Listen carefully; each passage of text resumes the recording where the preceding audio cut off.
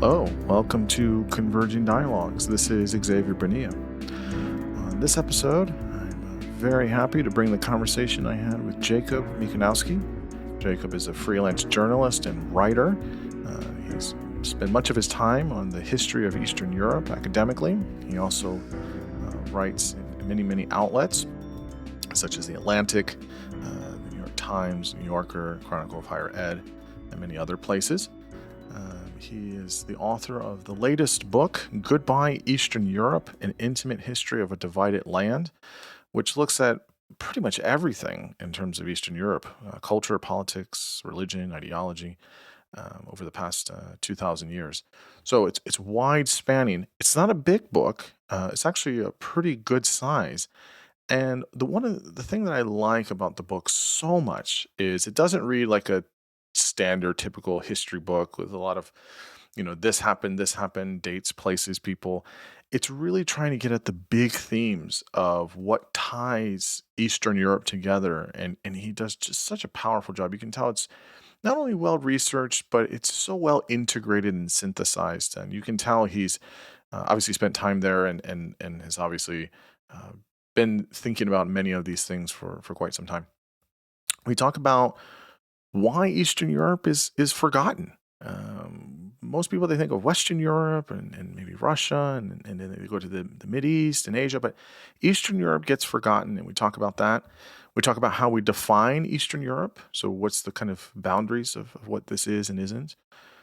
We talk about the Slavs, as Slavic peoples are huge in Eastern Europe, and how they maybe originate from Romania. We talk about that theory. We talk about Ashkenazi Jews in Eastern Europe. We talk about paganism, Christianity, Judaism, and how they kind of coexisted together. We talk about Muslim majority countries in Eastern Europe, tremendous impact of the Ottoman Empire. We talk about the almost empire of Poland-Lithuania. We talk about Transylvania. We talk about how language and nationalism are connected in a strange way. We obviously talk about Eastern Europe in a modernized 20th century. We talk about World War II and concentration camps all over Europe, the role of communism in the late 20th century and into a more modern time with capitalism and how that has situated itself, and many other topics. This was, again, really a great conversation, and that's really what it feels like, is we got on well together and really just conversing about many different things, and his passion for Eastern Europe kind of rubbed off on me in the conversation, and I was also excited to kind of pick and pull at certain things, and it was just really a great lively conversation, and he's absolutely fantastic. As always, you can find this conversation, all the conversations at Converging Dialogues at Substack.com. So get over there and subscribe and tell everyone that you know, and also on YouTube, and you can get over there at Converging Dialogues. And so now I bring you Jacob Mikanowski.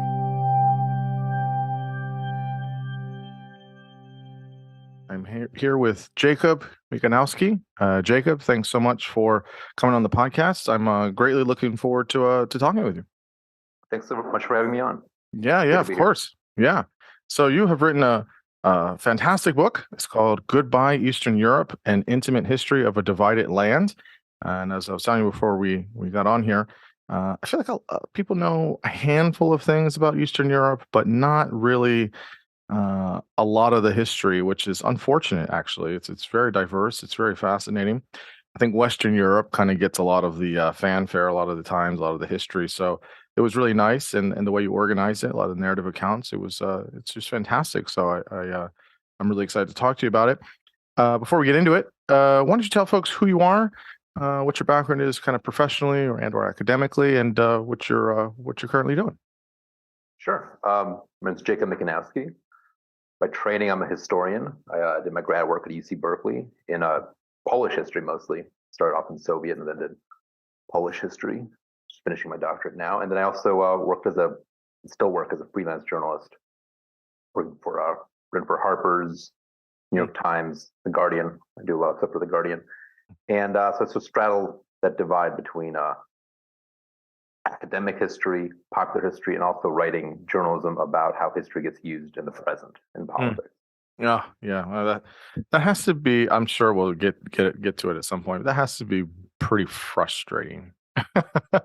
I feel like people a lot of the times will look at historical accounts and then look at the front page of newspaper and they'll say, "See, it's happening all over again." It's like, well, maybe not though. Maybe it's a little bit more nuanced here. But that's great though. I think I know a few people that do that. They'll be kind of a foot in the academic world, and they'll kind of talk to and write for academics, and then they're also doing kind of more popular history or doing kind of essay pieces. And what I've heard is that it keeps you kind of balanced from being too like myopic in one way of doing things. Do you feel that that's a good balance for you to kind of be in both worlds? It is because the academic side gives you kind of the latest research. I feel like I'm pretty up to date on what's happening, and history is always evolving. It's always like Mhm. changing. And new things are actually being discovered, and especially in Eastern Europe, where archives really opened up in the 90s. So it's actually a very dynamic field. Sure. But doing the kind of writing I do, I can hopefully reach a bigger audience. Try to make that something that's consumable by the layperson, by the average reader, because I think it really is important. It's such an interest and so interesting. I just think Hmm. Eastern Europe is such a fascinating place. There's Hmm. so many good stories. They're so neglected. And so with this book, I'm really trying to like get out of that academic bubble Hmm. and talk to Yeah, I mean, it certainly feels that way. I mean, when I read the book, it didn't feel, kind of stale or dense, or it felt really, really accessible.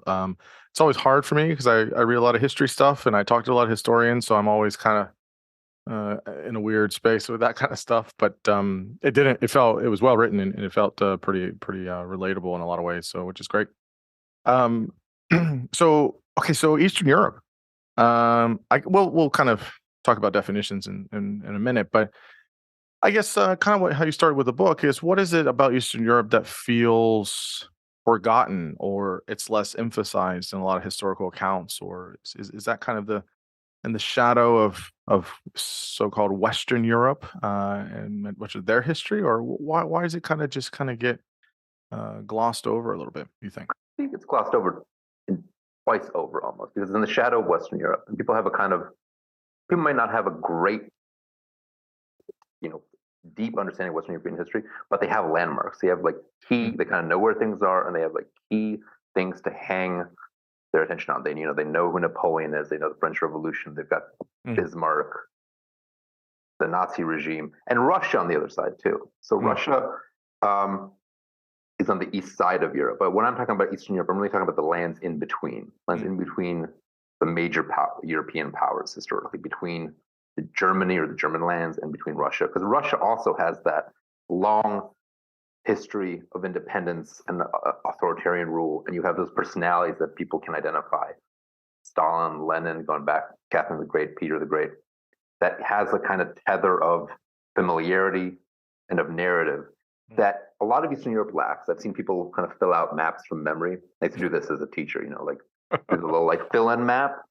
People, like first day European history, Hmm. and they get Italy because of the distinctive shape. They get France, they get UK, Germany usually, and then it's like question mark, Poland, question mark. That the rest of it really drops off. Right. I remember the first Ukraine war started in 2014. I had students in international relations taking history classes, and I'm like, you just know where you and like did a test, and they were putting Ukraine where Belgium is. They weren't sure where Ukraine was Oh no. because it is a lot less familiar. There's a lot less Hmm. of that familiarity, a lot less of that tethering. People, a lot less travel, or there Hmm. was. I think it's changing, Hmm. but a lot less Hmm. contact.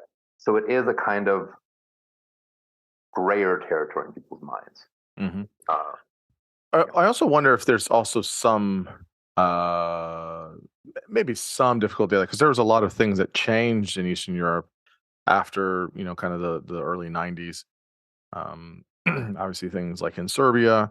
There's a lot of these certain countries, obviously Czech Republic. Obviously, they kind of broke off, and then they became all these other Mhm. separate countries. So some people, older folks, might have one understanding of Europe, and then now it's a little bit different. But yeah, most people aren't going to know where Moldova is on a map.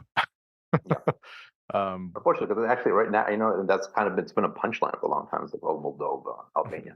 Those are crucial. Moldova might be like the Mhm, linchpin of European diplomacy right now. mhm. It's so because of its position between, Romania and yeah, Ukraine. with that you with the next to the EU, next to Ukraine, but with the Russian enclave, that's the powder keg of Europe, and people do not know where it is. People do not know Mhm, what it is. mhm, So it actually is mhm. like the way Bosnia was before World War One. It's like, Mm, who mm. knows anything about Bosnia? It's like, well, that actually is going to be the most important place in the world for the next Yeah. 4 years. So it might be Mhm. worth paying attention to. Yeah. So you kind of got a little bit over there. So when we talk about Eastern Europe, what do we mean, or what do you mean when you talk about in the book, and how, I guess, there's what the rest of the world thinks of Eastern Europe or how they define that, but how do folks from that region usually think of themselves geographically? So if I talk to somebody from Belarus or Georgia or Latvia or Moldova or wherever, how do they find themselves kind of in that region? And is it more identify kind of with ethnicity or faith, or is it more, nation states? How do they see it? So kind of how does the world see Eastern Europe? How is it, defined and limits? And then how do kind of folks from Eastern Europe regions and countries see themselves, and how they align? Very different, very much split vision. And Eastern Europe, I kind of talk about as a collection of shared affinities, not a single identity, because people rarely identify as Eastern Europeans. It's too kind of Mm, a vague. It's like they mm. identify as a North American. Like, people don't really do that. We're not like, oh yeah, North Americans. We're like Western Hemispheres. It's like, well, you identify as that. Eastern Europe is that kind of like it's too big of a basket for the Mhm, people inside of it. mm, And depending on where you are in Eastern Europe, people mostly identify with the country they're from, mm, mm, with the nation they're now. mm, Historically, that was not true. Historically, it would have usually been faith in the religion. But since the late 19th century, since the 20th century, people will say the country they're from. They identify as Poles, as Latvians, as Serbians, as mm, Yugoslavs once upon a time, but not mm, anymore. Only mhm, and only part of Yugoslavs. mhm, Um, and outside Eastern Europe, that's something that when people from this kind of big, slightly amorphous geographic region go to Western Europe or go to Australia or go to North America, then they become Eastern Europeans. And people are like, oh, you're from that zone, that kind of area that is less developed, had communism, has a couple labels attached to it. mhm, Um, Not always completely consistent in what those labels are, but there are some things that repeat. mm, The idea that that's less developed or poor, which is changing, honestly. The idea that it was post-socialist, that's also like fading into the past. mm, And now countries kind of regionally, push the level of like countries at the level of governments, are trying their best to disassociate from Eastern Europe because it's seen as a stigma. It's mm, seen, and politically, it kind of puts you on the east, on the Russian side of things. So people very mm, much want to be in some way closer to the EU. Usually, countries in the Baltics have very aggressively rebranded themselves as parts of the Nordic zone. mm, mm, Estonia actually they kind of speak something very close to Finnish. But mhm, Lithuania and Latvia also they're like we're actually Nordic. We're on the Baltic. We're Nordic countries. We're kind of like the other part of Scandinavia, mm, interesting. which is they have a lot of Swedish investment, but it's a little bit of a stretch. Yeah, that's interesting. Poland, yeah, Czech Republic, Slovakia, Hungary, they're like we're Central Europe. We're very much Central Europe, and there is a sense Central Europe also has a kind of historical has some consistency there, but that kind of pulls it into the Germany, Switzerland, Austria. Those are all Central Europe, and the Balkans. It goes in different ways. Belarus, Ukraine, Moldova. Those are countries that kind of have no choice but to say, well, we're Eastern Europe. Mhm, Where else would they be? But mhm. they're like, we're at least we're Europe, depending on who you talk to. Where does, I guess, again, I'm sure we'll come to religion and ethnicities at some point, but I guess where do we find, I guess, these kind of Eurasian types of countries now? They're part of the former Soviet Union, but I'm thinking of, Tajikistan, Uzbekistan, Azerbaijan, because this is kind of closer to Armenia. Mhm. How do is that more? This is kind of like the former step or whatever, right? Is this more seen as like Asia, or is there some of that as well that is kind of seen as Eastern Europe as well, or is it like everything? east of the Black Sea is more Asian, and everything outside of that, above it or whatever, is seen more as Eastern Europe, or is that getting too complicated? Again, it depends where you are and who you ask. There's the kind of the question of all the post-Soviet states, and Russia as a big Hmm. post-Soviet country has tried itself to rebrand as Eurasian, not Hmm. Eastern European, Hmm. not European, but Eurasian. That it straddles two continents and that straddles civilizations. That it's some kind of in between East and West, and some of that has to do with an idea that democracy isn't the right system for this country that really is in some ways closer to China or Mongol roots, and that the system they have is suited to them. So there's a propaganda element to it, and then so Central Europe, Central Asian countries that are aligned with Russia will kind of fit into that. But the Caucasus is the place where it gets complicated. Where Georgia will very much be like we're Europe. Sometimes it'll be like we're European. But that depends on where.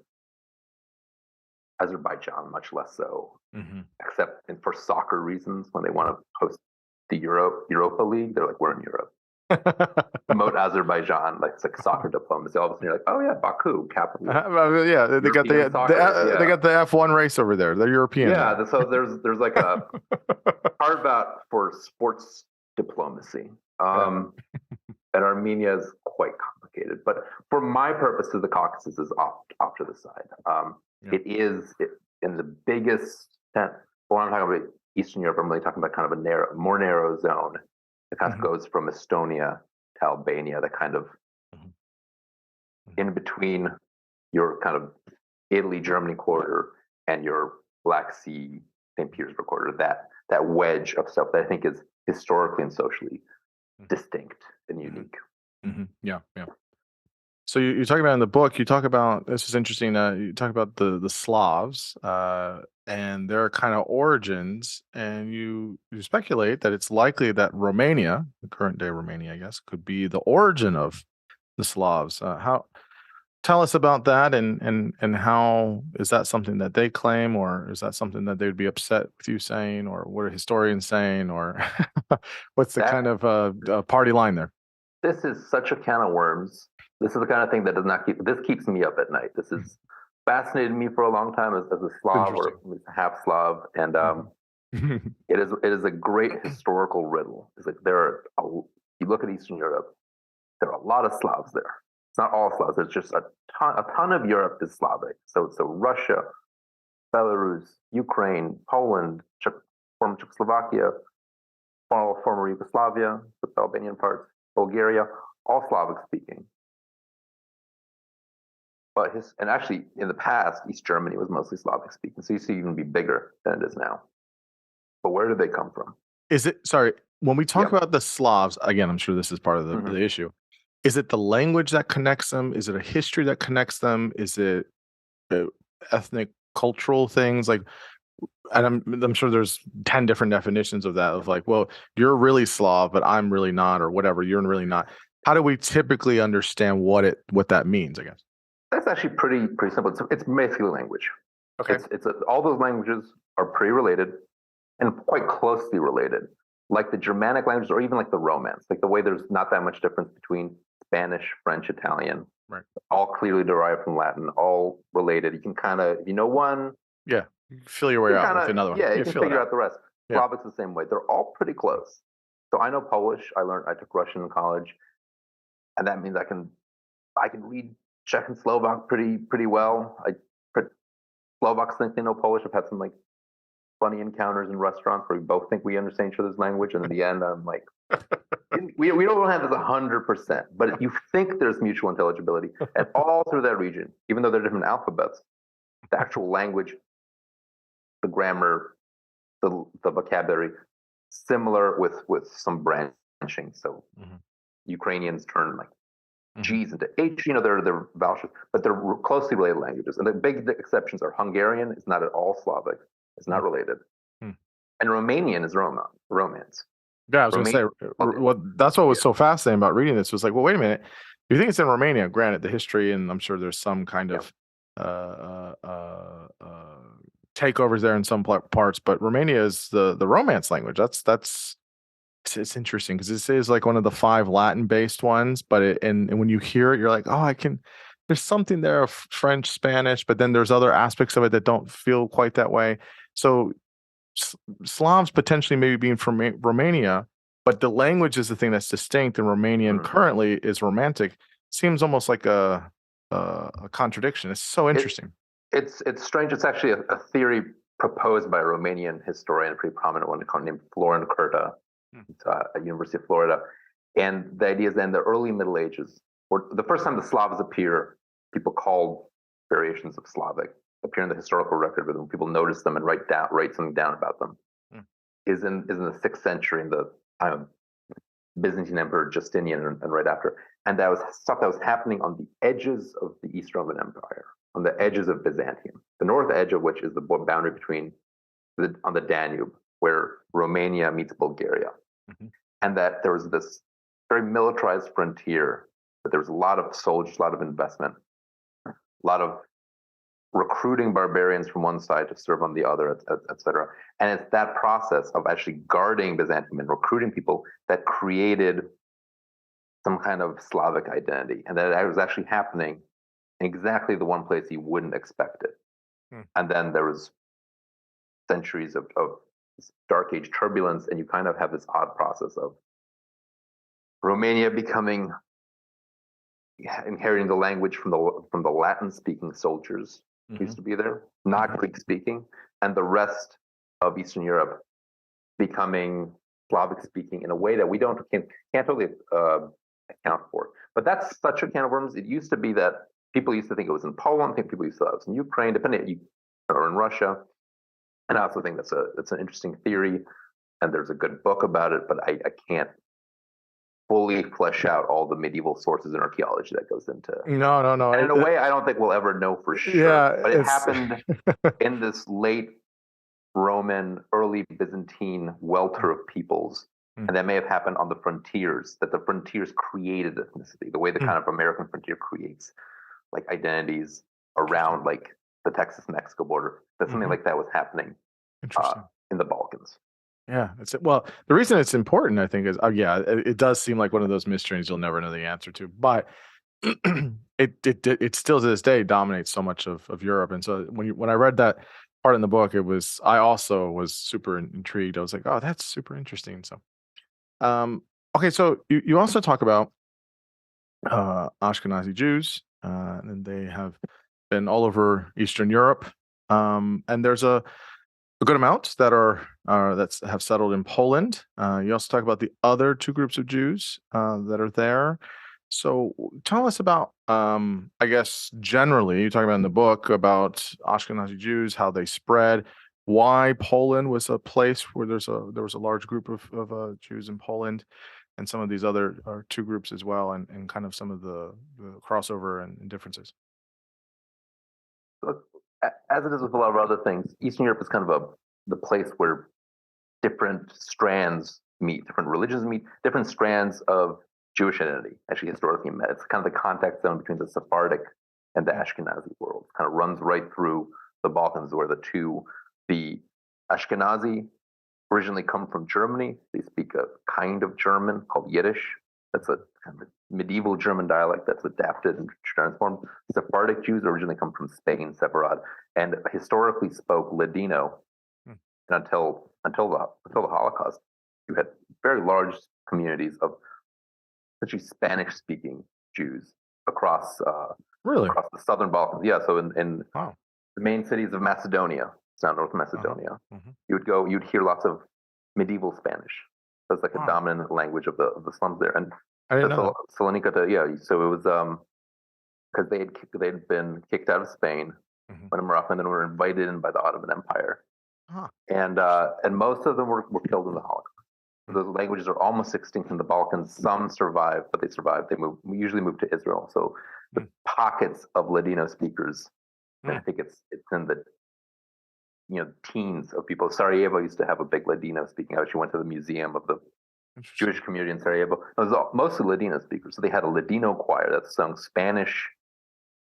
It's medieval Spanish, but you can tell it's Spanish. They use Spanish songs. So that southern part of Eastern Europe, the Balkans, had this lasting Spanish heritage that really lasted until like 1944, and then Wow. was almost extinguished. And in the north, it's German, it's Yiddish, and Poland-Lithuania used to be this giant country, much bigger than modern day Poland, but also much looser, much like kind of calling a country kind of confederation, commonwealth. Okay. We'll get into that in a second. But it became, for reasons that also aren't completely clear, the real cradle of European Jews. The greatest numbers, the greatest concentration, the fullest, it's where most current Jews come from, especially in North America, especially in the West. Most Jews can trace their ancestry back to the Polish-Lithuanian lands. And then they might have gone from there to Russia or to England or to France. But ultimately and earlier they arrived in Poland, Lithuania from German lands, but they were there for hundreds of years and prospered enormously. And they were there because they were invited them. They were invited to develop what was a very underdeveloped part of Europe. They were there to essentially be the town dwellers, to do all the things that you did in towns, which is market grain, sell things, run taverns, and do it on noble estates. So you had your serfs, your peasants working the land, you had landowners owning the land, but you needed an intermediate group, beholden to the lords, beholden to the powerful. And so they served as they were the commercial intermediaries. In the towns of Eastern Poland, the towns of Ukraine, the towns of Belarus, were often either plurality or majority Jewish. So imagine Jews as like small minority. In Germany, there was small, like 1-2%. Very culturally active, very processed, very much in the trades. In Eastern Europe, they might be 10-20% of the overall population, but 40, 50, 60, 70% of the towns. So if you were Jewish, you would live in a town where most people you met, most people you interacted with, most people you saw every day were Jewish. Not all of them, because there was a surrounding countryside, and there were some people in town, but you lived in a whole world of Jewish towns, the shtetls. And that shtetl Jewry is really a product of this Polish-Lithuanian world, kind of spilled out into the neighboring countries. Russia tried to keep it kind of contained and not let those Jews into Russia. That's called the Pale of Settlement. So it created this kind of reserve area of small town German, Yiddish-speaking Jews. Interesting. I didn't know that about Jews from Spain and the whole thing and how it was almost extinct. I did not know all that. It's so interesting. Bulgaria too. Bulgaria had Spanish-speaking Jews until recently. Interesting. And so I guess it's interesting how it kind of in this kind of sort of confederacy, if you will, of Lithuania and Poland.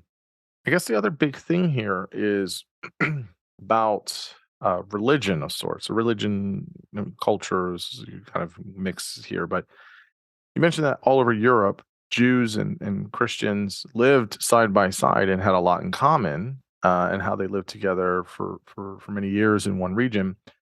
You also talk other places in the book about how paganism was prevalent in Eastern Europe as well. And then, of course, we'll get to Islam in a minute. But I guess for this one piece here, talk about how a little bit about the paganism thing, I guess, but then also how a lot of the times, sometimes people try to make these groups that are different acrimonious, especially if you have culture or religion involved, but that Jews and Christians live side by side together in the same areas and cohabitated, well. Just explain how that kind of worked and functioned. I'll start with the pagans. Eastern Europe, on the background of European history, stands out as the last part of Europe that was Christianized, that was converted to Christianity. Christianity expanded in stages, first in the Roman Empire, then it kind of moved to Ireland, then in France, and then Germany. The last part that really reached, the very last part might be the lapse in Finland, but the last part, the last like large areas, large organized areas, be converted were in Eastern Europe, and usually mostly around the year 1000, except for Lithuania, which is also a much bigger country once upon a time, which is ruled by proudly pagan dukes into the 14th century, to the end of the 14th century. So while the Renaissance is happening in Italy, while it's like Henry V time Agincourt in the West, you had full paganism in Vilnius, full and kind of militant paganism fighting these German crusaders. So it's kind of the last stronghold of the old European faith, whatever that was, the cult, which was not a single religion. We can't really, and we don't know enough to flesh out all of it. But you're thinking about something much more local, much more devoted to the nature, the trees and the streams of particular places, the local and an outdoor set of observances. And people have kind of interpreted a mythology, interpreted a set of gods. We have some names, we have some like bits and pieces, but we don't have the things we do for like Celtic mythology or Nordic mythology, especially. We have a clear idea kind of at least what the pantheon was for the Scandinavians. In the Slavic, Baltic, Eastern European zone,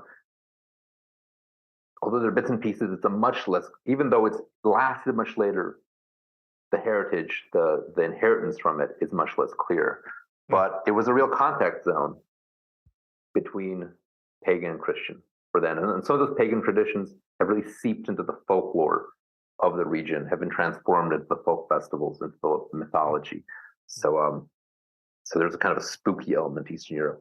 There's that like the whole kind of concept of vampires kind of has roots in this world of the cult of the dead, the belief in the meaning of the dead, the cult of the calendar, and of the thin times of the year sort of lasts. In terms of religious coexistence, there is a kind of, again, dual process in Europe that over time, Western Europe gets more and more homogenous, gets more and more one thing in each place.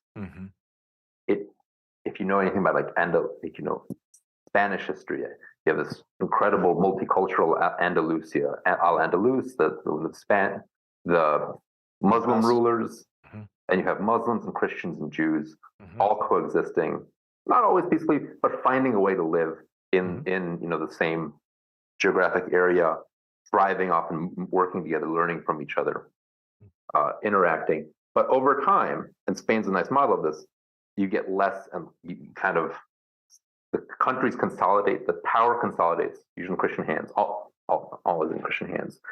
And as that happens, they kick out the Jews, kick out the Muslims. And that's so one by one, Western Europe kicks out its Jews, starting with, I think, with England in the 12th century. But then, and the last one kind of did it is Spain, converts everyone in 1492. And in Eastern Europe, which is much emptier, which is much fewer people, and has much weaker countries, weaker economies, rulers there are like, well, this is a resource for us. These people in different ways can really help us because we always need manpower. We always need economic resources. We always need help. So they recruit Muslim soldiers. They recruit Jewish merchants. They're like, come in, settle. We'll take a cut of what you're doing. You can serve us. You can work for us. Find us. So Eastern Europe gets progressively more diverse, gets more of that, and also has people coming in from the steppe, has people coming in from the east. Western Europe's kind of insulated from those huge pulses of Eurasian history, of Mongol invaders, Kuman invaders, Pechenik invaders, and then this lasting Tartar presence in Crimea. That means there's always this involvement of Islam in Eastern Europe in a way that really like drops off in the West, which is like less interesting, very very Catholic, very Christian monoculture. That's not that exciting. While you have this super interesting fermenting thing in the East. For me, I think it's getting more and more boring on one side, more and more interesting on the other. Yeah, I definitely agree. I mean, again, one of the things we miss about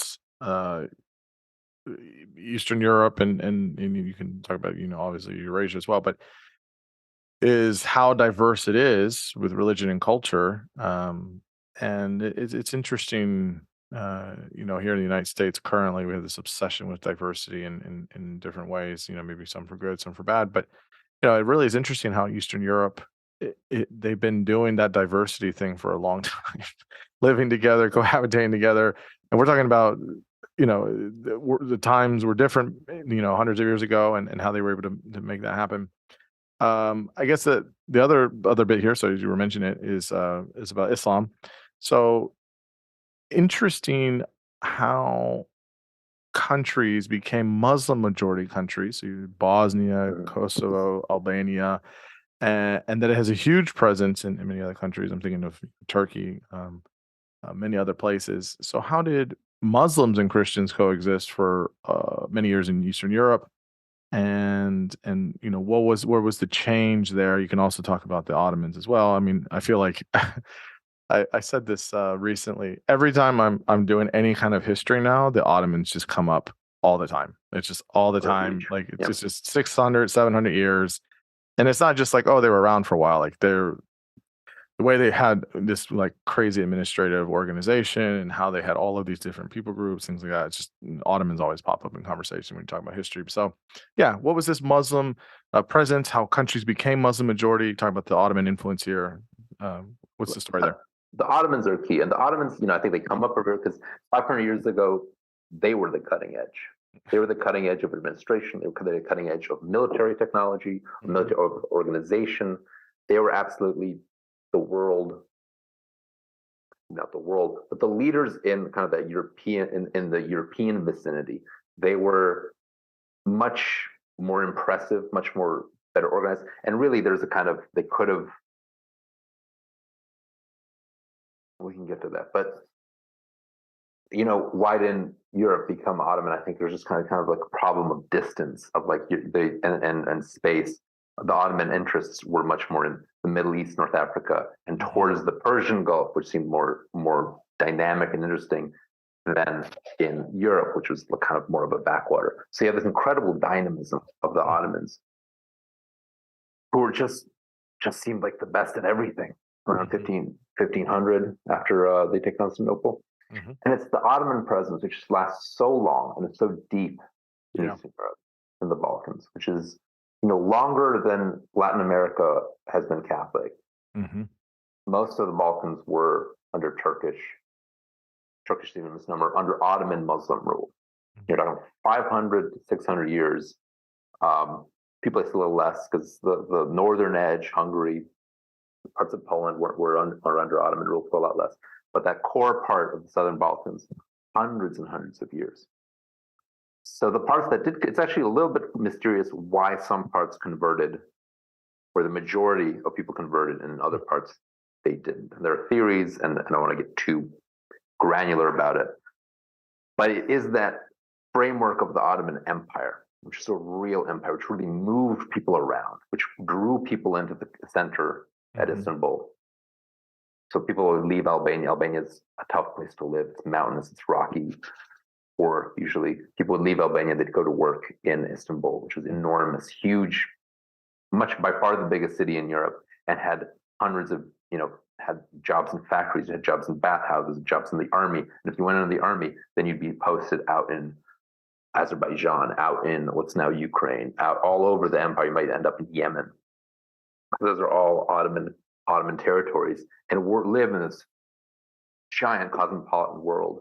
And so for certain parts of Eastern Europe, it became very attractive to join that ruling dominant Muslim class.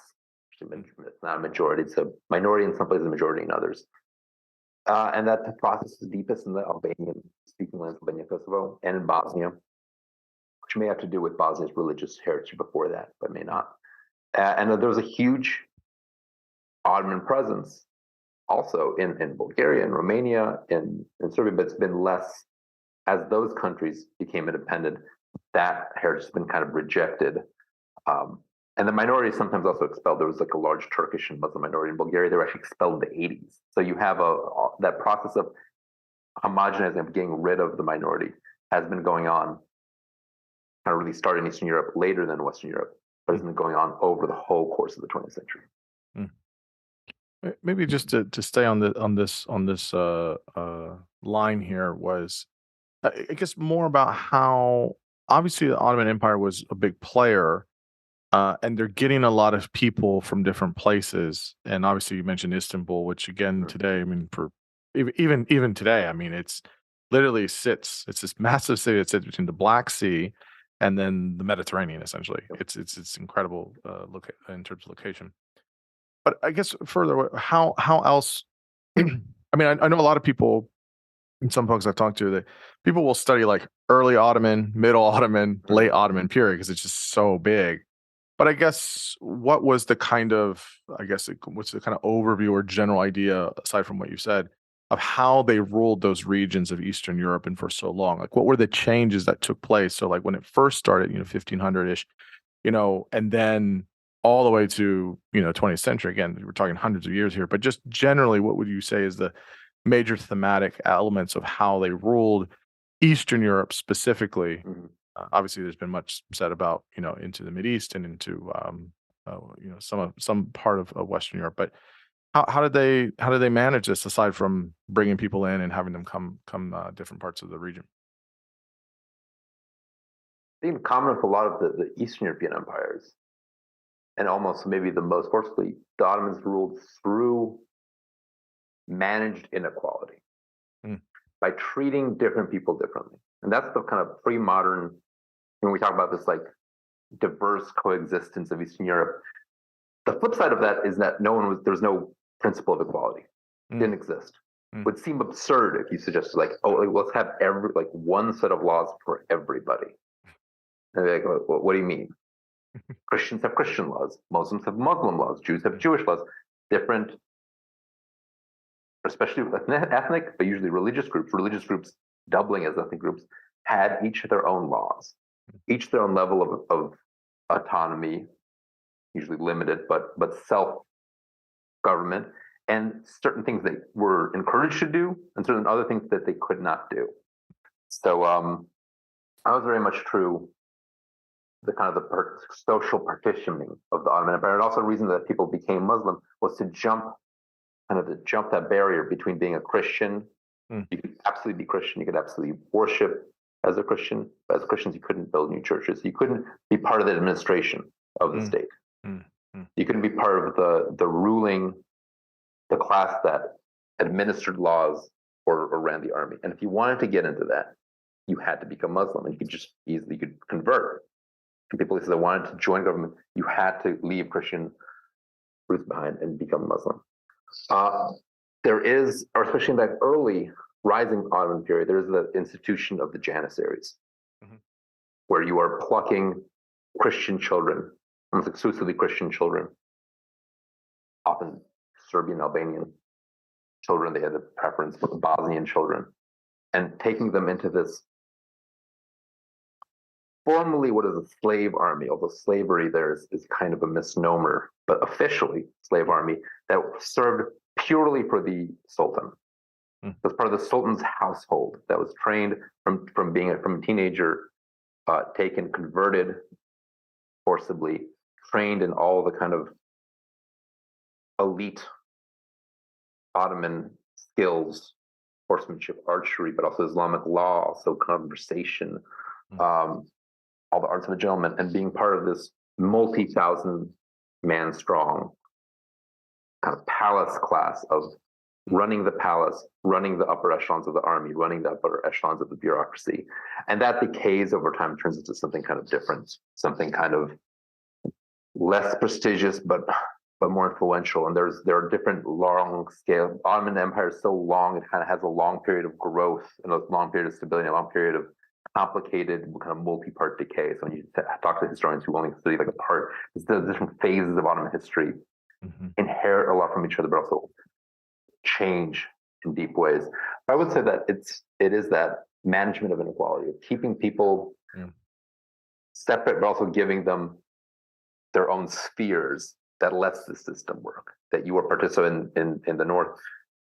Jews get to have these Jewish majority cities, Jewish majority towns, but they are not allowed to say own farms. They're not allowed to work in the countryside, and they are not allowed to join the urban or kind of royal administration. They are, and vice versa. You're confining people based on religion and language into these bubbles, into these social bubbles that is hard to cross unless you fully change who you are. You change your language, you change your religion, and you change your social status. It's interesting. It's like the it's like this. It's like an interesting form of pluralism, almost. Of course, it sounds more pernicious, I guess, in some ways, but it is this kind of like, well, you're over there, you do your thing. You Mm. can't cross over here and do anything over here, but you're fine in your kind of uh, quadrant, if you will, or your region, your sector. Um, I think there's elements of that in pluralism of sorts. I mean, of thinking of well, you do different things here. It's obviously again a little bit more. It's less maybe kind of rigid in terms Mm. of the distinctions between, but it sounds like there's some element of that, which is interesting. It runs very counter to like our kind of 20th century, 21st century Mhm, assumptions. mhm, They're supposed to like everyone's supposed to be a citizen. Everyone has like a certain mhm, equality of laws was just anathema. It didn't operate in the Russian Empire either. You had separate laws based on who you were, and that was absolutely the system. And it seemed because you had things you weren't allowed to do, disabilities, and you had your privileges, and no one wanted to give up their privileges because you had things that especially higher up the kind of ladder of social class. Um, and it and there wasn't like a shared single public space. So it mhm, runs very counter to like how we think of a country functioning. It is not a citizenry. It is a group of subjects under an emperor. mhm. You know, uh, It's interesting though. I don't. I find it interesting. I don't mm, think I find it, that I want to adopt it or do that kind of version. But it is interesting because two reasons. One is how we understand how people are. People are very groupish. They are very much that way. They will make groups happen even if you're not telling them to be in a group or whatever. It's that's our nature, I think, of sorts. The second reason why that's interesting to me is again, I'm sure there are again pretty pernicious things that were put mm, in place if those things were broken. So, and again, different time, what was it true in the 16th century is not going to be true in the 21st century. However, to maintain that over such big parts of land with, I mean, not getting there except for by horse or ship, and to maintain that so many groups and over such big land and have that organized is in one way impressive. Um, and so it interests me to say, well, what about that? I guess aside from like punishment or or something worse, what about that had some efficiency? And again, I'm not saying that we should mm. adopt that for a modern time. I'm not, I'm not espousing that, but it is interesting at the very least from a historical perspective of how, I mean, we're talking 600 years, plus or minus of doing it that way, or large portions of that time doing it that way, which is uh, very fascinating. I mean, it is. There is a kind of achievement there, kind of an inadvertent achievement, almost sometimes. Yeah. But that that a kind of benign neglect allows this kind of genuine, deep diversity of thought and faith and language to sustain itself. And the flip side of that is it means, whatever you were born into is very hard to change. It's very hard to cross boundaries. It's very hard to cross boundaries of class. Yeah. It was very hard to cross boundaries of profession. The kind of things we kind of take a little bit for granted or very much want to be able to, be born in one place, move to another, switch jobs, pursue careers. You pretty much are going to do what your parents did, what your Mhm. father did, what your mother did. You're going to live within a circumscribed, pretty narrowly circumscribed world and not have a lot of say in any kind of government. But it also meant you did have this incredible plurality that vanished at the 20th century, specific and modernity extinguished. So I mean, the book is a little bit, not 3 cheers for empire, but let's say 2 cheers for 1.5 cheers for empire. It's like actually maybe despite themselves, there was something that they did achieve, that they maintained, that they were good stewards of this, complex human soup that like Western Europe really in the process of modernizing got rid of on purpose to have an increasingly religiously linguistically homogenous population that was easy to control, easy to manage, easy to, you know, pit in war against its neighbors. Mm-hmm. This was a different world that lasted to kind of my grandparents' time. It's not totally ancient history. Like my grandfather was born named after my grandfather, Jacob Mikanowski, same name, was born under the Tsar. Was born in a world where that was reforms were kind of taking the edge off of all these kind of legal boundaries. But his grandfather absolutely lived in a world of complete social partitioning, where Jews could do one thing, Christians could do another, Russians could do one thing, Poles could do another thing. That world. It's yeah, I don't know. It's something that I think a lot about, in the book, and in the conversation now is making me think about it again. Not trying to give the finer sides of empire, but I do have this question all the time, mostly because of how shitty a lot of things are in the United States. I mean, there's some wonderful things about the United States. Obviously, I love my country, but I think it's there's when you see disorder or you see chaos, you're like, well, how do other places now manage this, and how have other places in the past managed this? I mean, we're the third largest in terms of population, but it's like, yeah, when I asked this question, I've asked it, I think, before in the podcast, when, again, I'm not, standing for, the CCP in China, but my question is, how do you govern 1.4 billion people? I don't know how. I mean, that number doesn't even register in my brain. Like I just, or in India, they have a, quasi democracy. I don't, you can have your opinions about Modi or whatever, but how do you govern 1.3 billion people? I mean, I have no idea. We can't even govern 330 million in the United States. So it's just, I don't understand how you do it. So then when I look to other empires or other places that do manage diverse groups of people in the same space for hundreds of years, it's like, well, something about that is a type of achievement, or something about that is a type of effectiveness. And obviously you don't want all the terrible parts, of course, because I mean, no one is squeaky clean. Those empires are clean. So again, I'm not showing the finer sides of the Ottoman Empire necessarily. They have their faults for sure, but in terms of organization, administration, it is fascinating, especially with all these different people groups, living close together. Yeah, it is, and it's deeply ironic because the process of making things more equal, making things more democratic, in a way, kind of unleashed Pandora's box in many places of ethnic strife, because you have this kind of unique society that's predicated on, upper classes having one language and religion, lower classes having another language and religion, and then a merchant class that's even a different religion and language. And then if you ask, who should be in charge? Who should govern a country like that? Who should inherit it from the empire? Is it the people who work the land? Is it the people who own the land? Is it the people who buy and sell in between the two? How do you manage a compromise between 3 or 4 groups, all of which are deeply rooted in a place, all of which have a claim to it, all of which, should the elites give everything up? Should the peasantry inherit everything? And you have, in the process of negotiating in the 20th century, you unleash just a tempest of ethnic conflict, which doubles as religious conflict. At the same time, though, remember, in the 20th century, the worst of that comes from outside Eastern Europe. The worst of that kind of ethnic,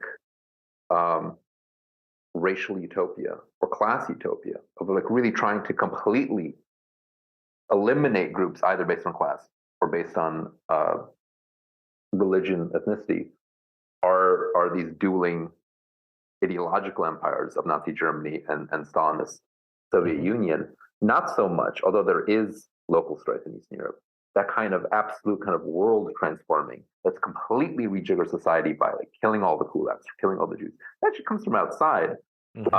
Eastern European governments not to be that ambitious in a good way. There's a kind of like, let's live and let live, and there was violence. It was at a lower simmer, and it's hard to be like, well, that's great. Like, you only had like local problems, but it is true. You had a way of getting along that then these world, like, let's transform society in a single go, according to a racial or class blueprint, causes just the deepest layer of destruction, deepest, like, the greatest casualties come from that. Yeah, it reminds. I mean, I won't bring it up here. I'll just note it as kind of flag it as a footnote. But it reminds me a little bit of some of Nietzsche's ideas about politics and governance, and he has some interesting ideas where I don't think people are fully flushed out. Most people focus on his morality and all that stuff and philosophy of life, but his politics are interesting to say at least. And I get some feelings of some of his ideas here in Eastern Europe, so it's interesting. Okay, so let's talk a little bit about. You mentioned it before, so you just chat a little bit more about it if you want about this Poland-Lithuania almost empire and how the relationship with Russia. I'm assuming. I mean, I didn't know this. I mean, I'm assuming most folks don't know that Poland and Lithuania were kind of what you were saying earlier. It's kind of like this big confederate kind of land of sorts, if you will. This big province or territory, kind of this whole big kind of region.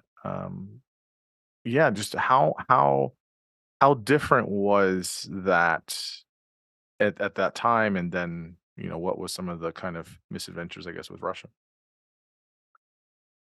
So Poland-Lithuania, or the Polish-Lithuanian Commonwealth, the Polish-Lithuanian Republic, is kind of the forgotten figure in European history. They were huge. They're probably the biggest. Well, right, just closely tied to Muscovy as one of the biggest country, the largest amount of territory under one set of rulers in Europe. And you have to kind of carve out Ottoman Empire because they have the parts that are in Europe and then the parts outside Europe. But one of the biggest countries in Europe, the 17th century. And they vanish off the map of Europe. They become in some ways forgotten because then they reemerge 120 years later in a new form that doesn't have that much to do with the original one. Poland and Lithuania were actually, the Queen of Poland, who was Christian, married the Lithuanian Duke of Lithuania, the pagan Lithuanian Duke of Lithuania, on the conditions like, we'll get married, you'll get to run the whole thing, but you have to become Christian. That's how Lithuania stopped being pagan. To this day, marriage.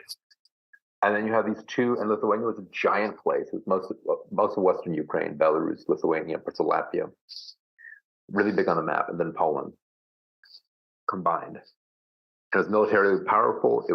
But it had a lot of, I say almost empire because it never centralized. It never had that Constantinople. It never had that Sultan. It was actually was ruled by one dynasty, the Lithuanian dynasty, for a long time, and then it became an electoral monarchy. So all the nobles in the country, interesting, noble roots, that noble grandmother came from Lithuanian gentry. He used to come from this world, work for the Lithuanian dukes, would gather together and vote on the king and choose a king, and usually choose someone from outside because they were all jealous of each other, so they didn't want any one of themselves to become too powerful. And so it was a great place to live if you were noble, because all the nobles are technically equal. There were tons of them, thousands and thousands of them. Some were very rich, some weren't that rich. Some had huge personal armies, some were just regular soldiers. But they didn't really have to pay taxes. They had a huge say in government. They had a huge say in local government. It was very much more like, they called it a republic, and kind of was, but only the top 6, 7, 8% had a say in things. But they had a huge say. It was not run by like a king the way Prussia was or England was. It was really run by this kind of loose collection of people with a king who was a little bit of a figurehead. And that was a neat way of doing things. This kind of had a lot in common with the parts of Germany wasn't a country for the longest time. It was ruled by bits and pieces. The Holy Roman Empire wasn't a real country. It was kind of a assemblage. So it's kind of something like in that. A lot of Europe wasn't in countries. It was in this kind of assemblage. It's a little stronger than that. But ultimately, it vanishes. Russia takes the biggest part of it. It gets carved up by its neighbors, who realize that as Russia's taking part of it, we can't let Russia have the whole thing. So let's get in while the going's good and literally carve the pie up. So Austria takes a piece, Russia takes a piece, Russia takes the biggest piece. In 1795, after a process of this going on, Poland-Lithuania vanishes. None of them have anymore, not independent, and never comes back in that same shape. After World War I, Poland and Lithuania both come back as independent countries, but much smaller, much more homogenous. Interesting. And modern countries run by presidents. It's very interesting. Let's move to Transylvania. You say it's Love Transylvania. yeah, it's fascinating. It's Hungarians, Saxons, Zeklers, all these different people groups. And again, we've got that same theme here. It's this bit of diversity in Eastern Europe. What was, if I'm right, Transylvania has a lot of it in modern day Romania. Is that correct? Almost all of historical Transylvania is currently in modern day Romania. Is the whole kind of northwest. It's a beautiful place, wonderful to visit, wonderful to travel around. Yeah. I think people just, I was talking to someone, they're like, well, I didn't even realize it was a real place. I thought that was just kind of like Dracula. It's a right. It's a real place. It was a kingdom, kind of quasi-autonomous kingdom for a long time. It's totally a place. You can have a cool movie festival. Yeah. They have great agro-tourism. They have great bicycling. You just go and travel around. It's very nice. Yeah. I guess. Yeah. I've seen pictures from over there. It was absolutely gorgeous. And again, it's just kind of another footnote here in terms of, everyone goes to Western Europe. Myself included. I think mostly because it's easy to get to. So I'm here on the East Coast. So, to be honest, it's cheaper for me to fly to Western Europe than it is to the West Coast of the United States for me. I can get to Paris or London cheaper than I can get to Los Angeles from over here on the East Coast. But usually when Eastern Europe is a little bit more of a reach, because usually you need to make a stop, and usually it's another plane, and it's usually a little bit difficult. But it is, from everyone that I know that's either from there or been there, absolutely gorgeous, and it's not as visited as much as all the other places in Western Europe. So it's definitely a place for me I want to get to. But I guess, again, how do we understand how there's all of these different people groups or ethnicities in Transylvania historically, and how that kind of all shapes out to modern day? Although, I just think Transylvania is plugging it, the Transylvania Tourism Bureau. If they're listening, I'd love to work for you. But what interests me historically is that Transylvania is a kind of nice microcosm of what makes Eastern Europe tick, that it has this social structure that is very complex, very unlike Western Europe, and very unlike the rest of Eurasia, very unlike Russia. You don't find anything like this. You find it repeating again and again, with the different parts of it have different labels, different details. But the model, kind of like a layer cake, where each layer is a different flavor, different color. So as you go up the social ladder, you have each part, each class speaks a different language, worships at a different church, speaks a different so language, religion, class, all different. They're all next to each other. So the towns in Transylvania, the cities, in other language, and Transylvania is beyond the forest, but in other languages it's usually Siebenburg or Siedmiogród, the 7 cities. There's 7 big towns in Transylvania, and they were all German. The people in them were German speaking, arrived early in the Middle Ages, came to mine, there's a lot of silver there, so they came to mine. So there are these German speaking cities, German walls, German churches. They become Lutheran after the Reformation. The people who run the country are mostly Hungarian. And there's still a German minority in Transylvania. There's still a Hungarian minority in Transylvania. They were Hungarians, they spoke Hungarian. Sometimes they were Calvinists, they were Catholic. The Hungarian, very different from Germans. And then the people who were the most of the people out in the fields were Romanians. And were Orthodox. They weren't Catholic. They weren't Protestant. They were Orthodox Christians, and the Orthodox, very different religiously. And they were Romanian speaking. And then there was another group of these kind of soldier settlers called settlers, who were even in Hungarian language, but different in religiously. And they were kind of the soldiers of the dream. So you had 4 groups, 3 languages, 4 religions, all together. And you would see that all, like you could start your day in a German town, walk through these Romanian fields, go to the Hungarian castle, all within a day's walk, and all that coexisted because it was kept separate. Because you weren't, if you were a Hungarian landowner, you wouldn't go and become a German townsman. If you were a German townsman, you wouldn't go and become a Romanian field worker. If you're a Romanian field worker, you might want to rise up but you were blocked by the fact that you didn't speak the language or belong to the religion. So it was kept separate but together. And that's how a lot of Eastern Europe works. That's what kind of makes it distinct historically, is that you have that close cohabitation and almost like symbiosis, but also real inequality, real social separation. And you can find that from Latvia up in the north down to Albania in the south, variations of that, where you can change religions, you can change the languages, but somehow the layer cake is always there. You don't really find that in Central Russia, where there are different classes, but everyone's Russian, everyone's Russian Orthodox. You don't find that in France, where everyone's Catholic and French. And there are minorities, they're in little pockets geographically. This is every part, every village has some variation of it, has like a landlord speaking one language, peasant speaking another, merchant speaking another, etc. It's like a fractal diversity.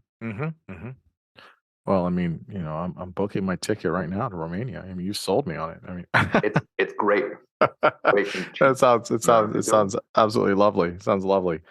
It's interesting. Again, it's one of those things where it's two things here, I guess. The one thing from, I'll say Western, but I'll say American really eyes is, again, we think about diversity in a very different way, almost a forced way. I know in this conversation it sounds like I'm really against diversity in the United States. I'm totally not. I'm all for diversity in the United States. I'm a product of diversity.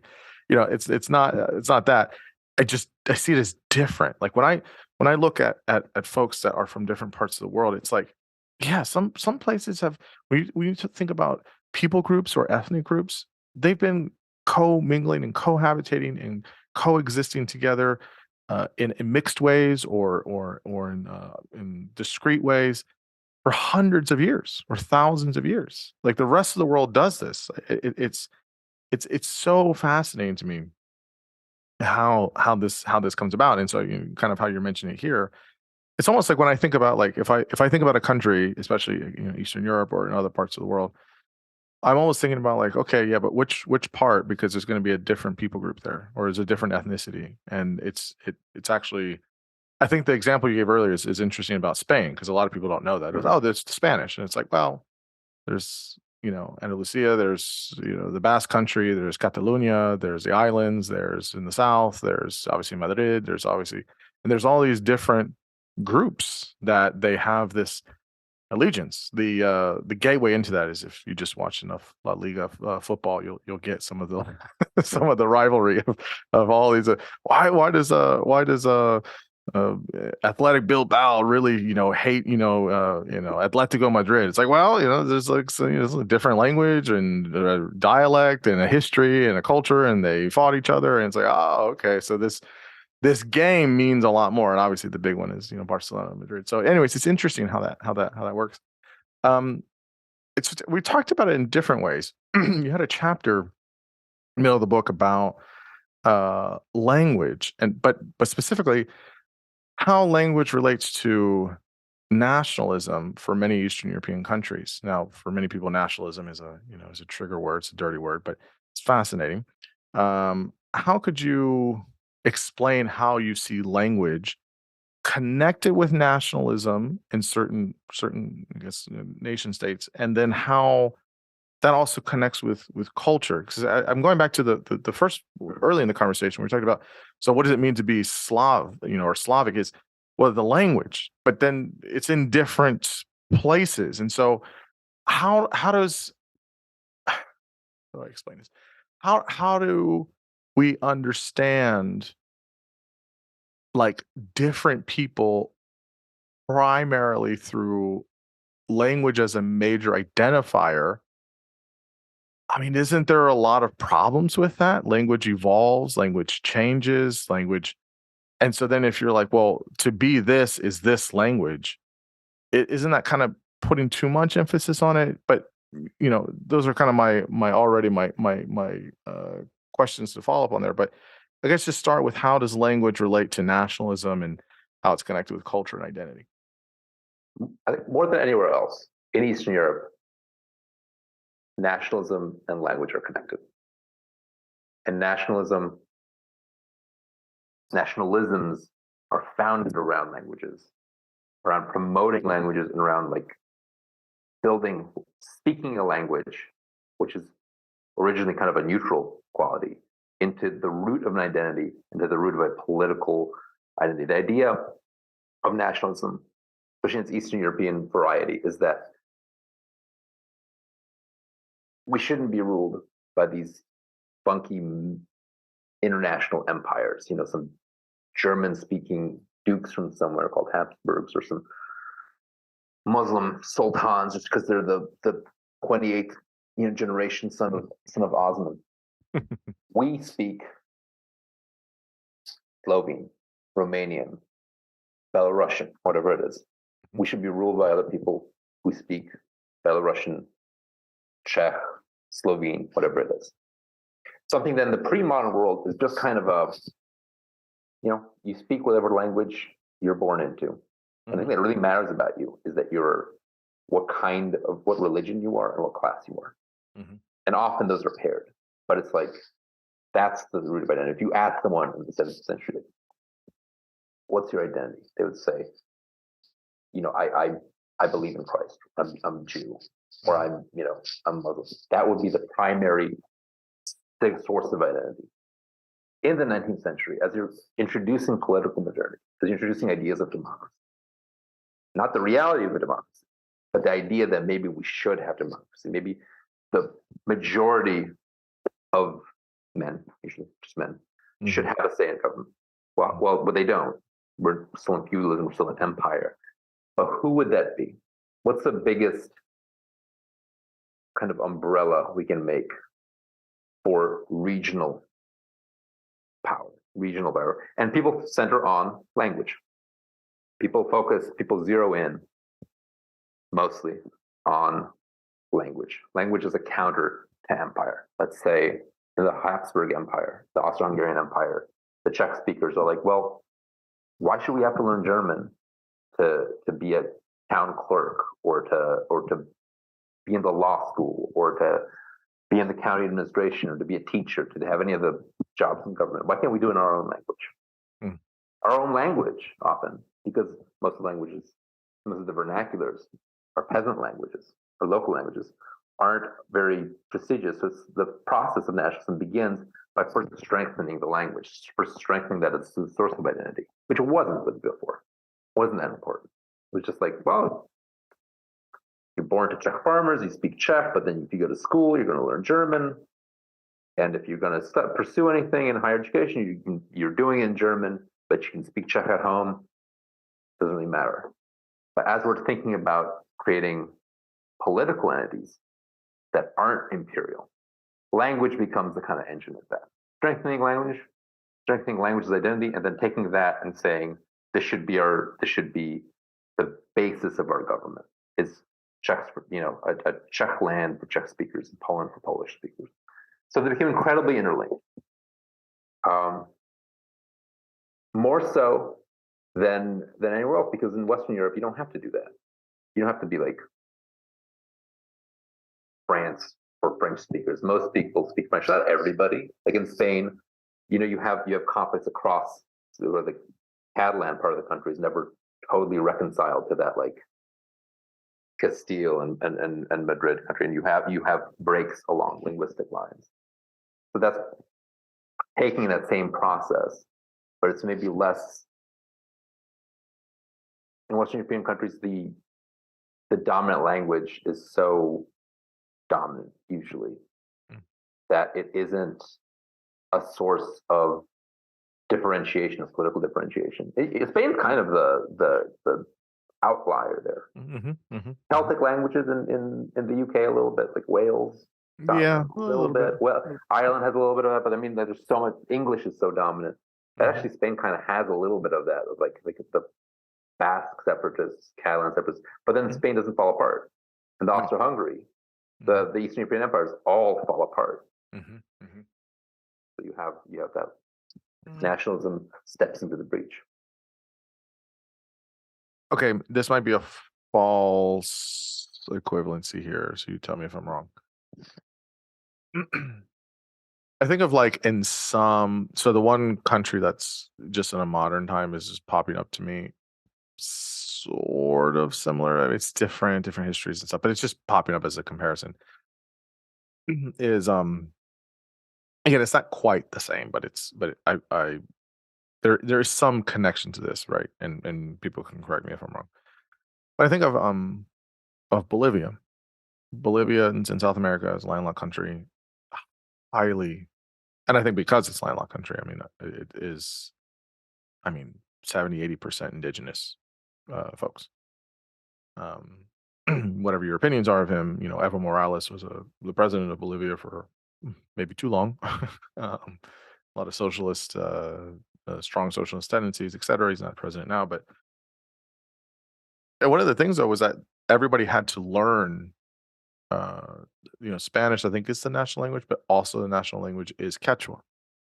And people, they wanted, and it wasn't just learning, it was learning the language, but it was also the histories and the culture and things like that, because they didn't want to lose that language. There's so much connected with their identity. And yes, we're going to do Spanish because, for various reasons, there's lots of, the Spanish did go there and communicate with the rest of Latin America, but they wanted to keep, because it was so strong and so majority of Bolivia of, this kind of Quechua. And again, Quechua is one, I guess you could say, primary, language dialect of, multiple ones in different, tribes and groups. Is it something like that in Eastern Europe where there's like, we're going to speak Czech, even if everyone else is speaking German or whatever, because this says something about who we are so we don't lose a type of identity. So this like emphasis on identity and who we are with language, because that's what we have. Is that kind of similar in that way, or is it a little bit different? I think very much. I think there is, especially go back to the 19th century, because now they kind of won. It's as if Quechua won, and Bolivia was like a completely Quechua country, and it's like, well, some people speak, learn Spanish in school, but no one grows up. Few people grow up in a Spanish speaking school. Is that in the 19th century, the feeling was we are facing linguistic extinction.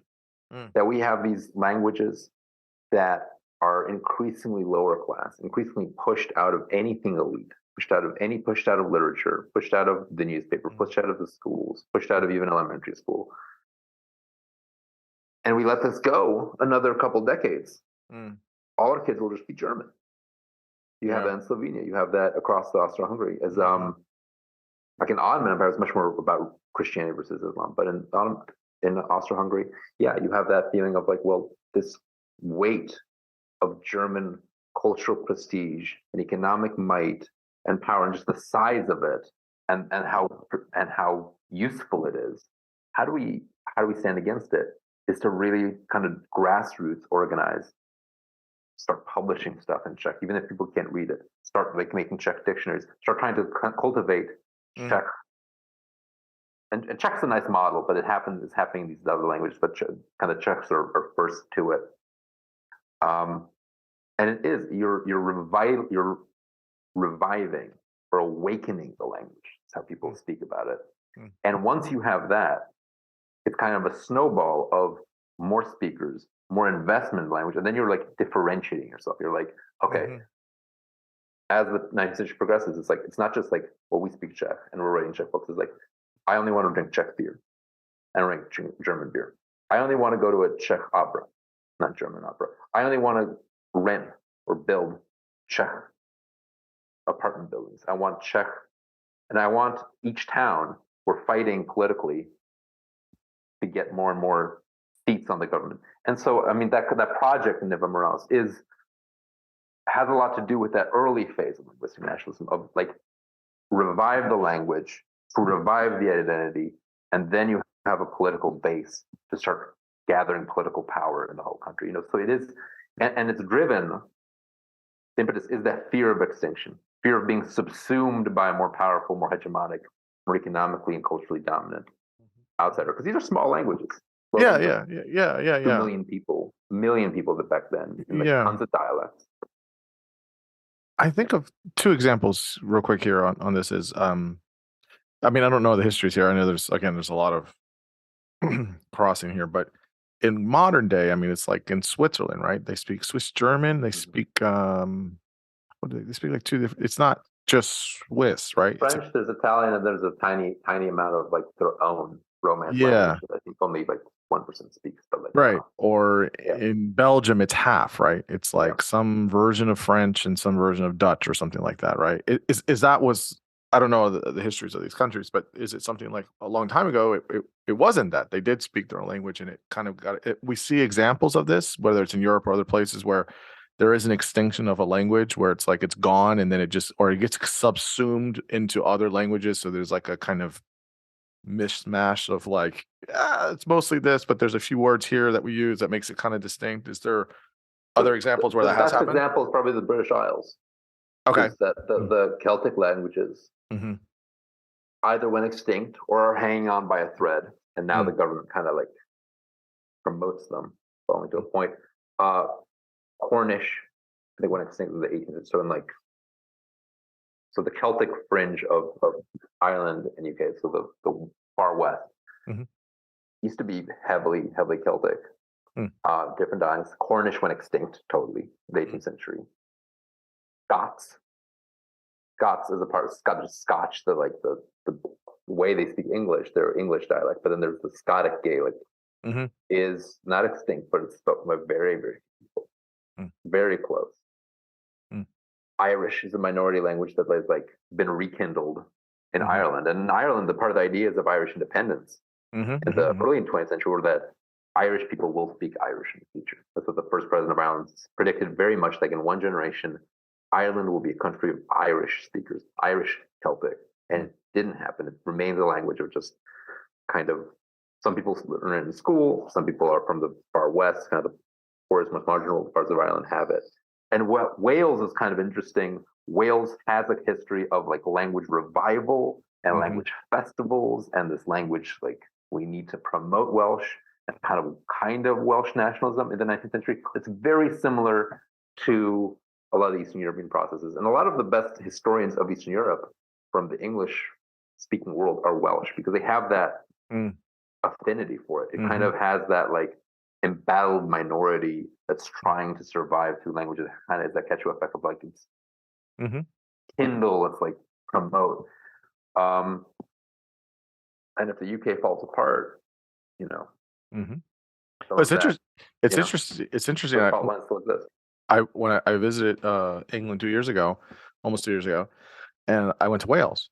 Very easy to get there from London, and I really I really loved Wales. I was in Cardiff for a little bit, and I really loved it. I thought it was gorgeous, and it was beautiful, and it was really nice and kind of cool, small town vibes. Very. I really enjoyed it. But I remember getting off of the train and immediately was like, oh, that's not English. That's that's Mm-hmm. something close, but that is not English. That's different. And then I started noticing like the signs would be in two languages. It'd be Welsh, whatever with the languages, and then it was like, oh, that looks different. And then it was, oh, and then English. I was like, oh, and it wasn't everywhere, but it was on some things. And it was like, oh, there was this interesting kind of both. There was kind of both that was there.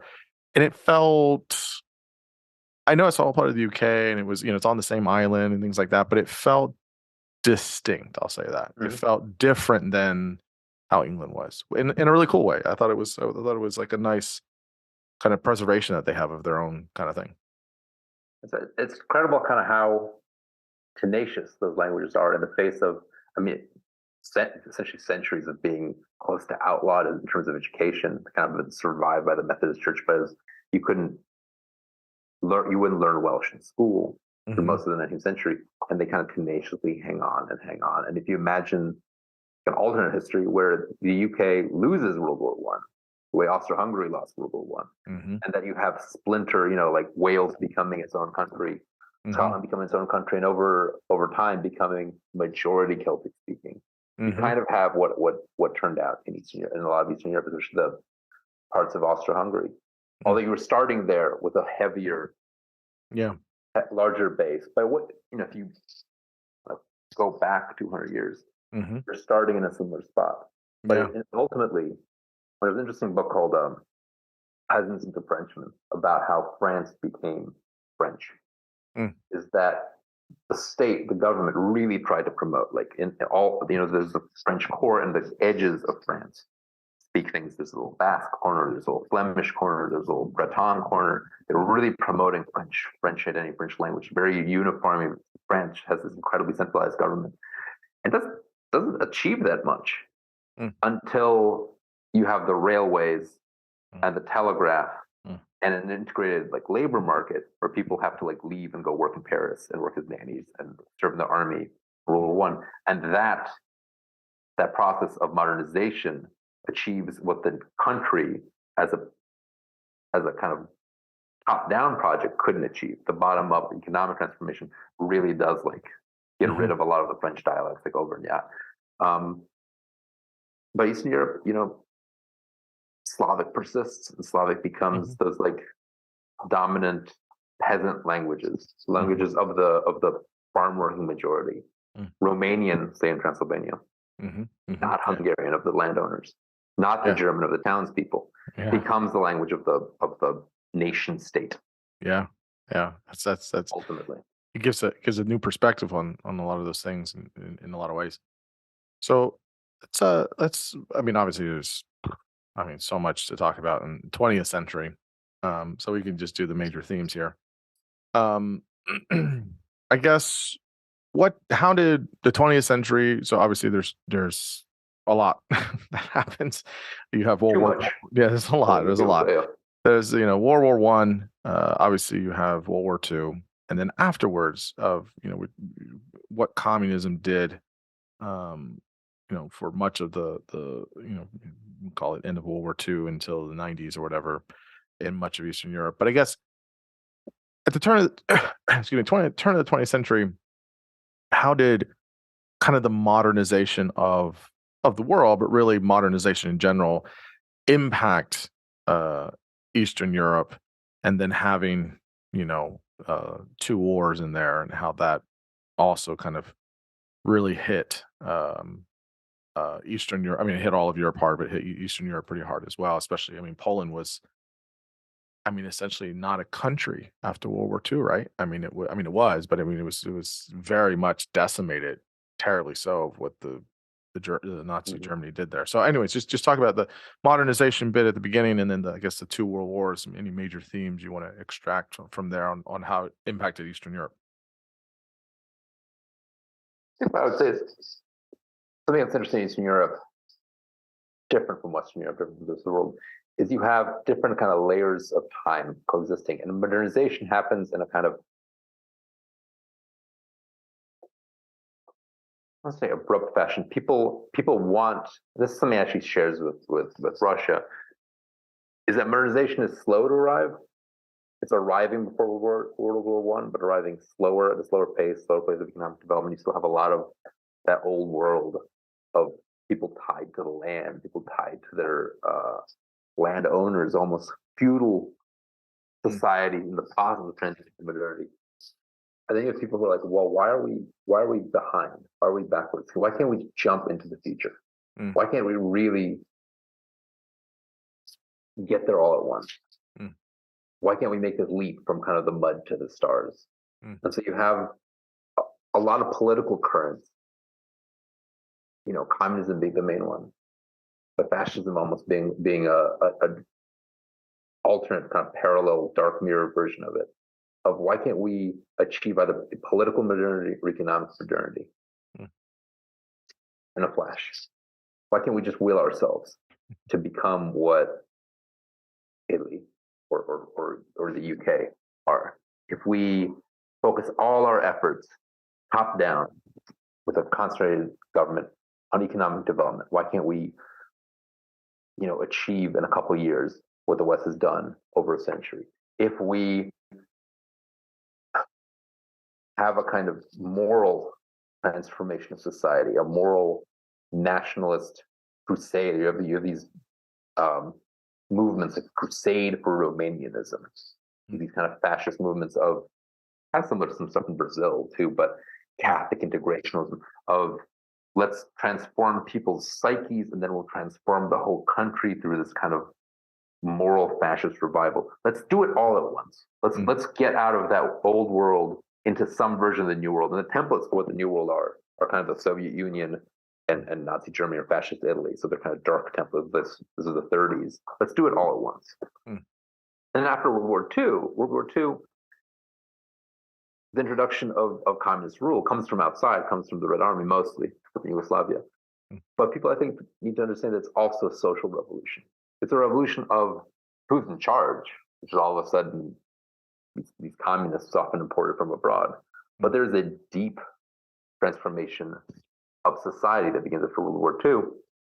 World War II gets rid of a lot of the diversity, gets rid of the majority of the Jewish population in Eastern Europe. It kills enormous numbers of civilians and soldiers across Eastern Europe.